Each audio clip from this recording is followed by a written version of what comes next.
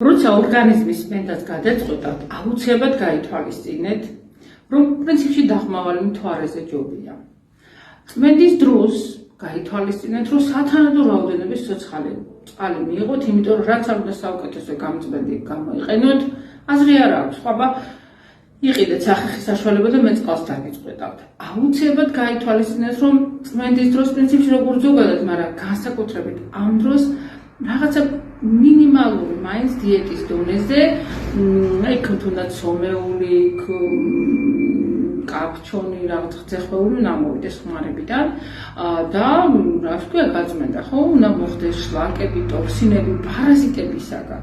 ბოლოს ნაწლავების ხავების დონეზე წმენდაც უნდა ჩატარდეს, მათ შორის ლიმფის, იმიტომ რომ ეს არის ჩვენი ორგანიზმის კანალიზაცია.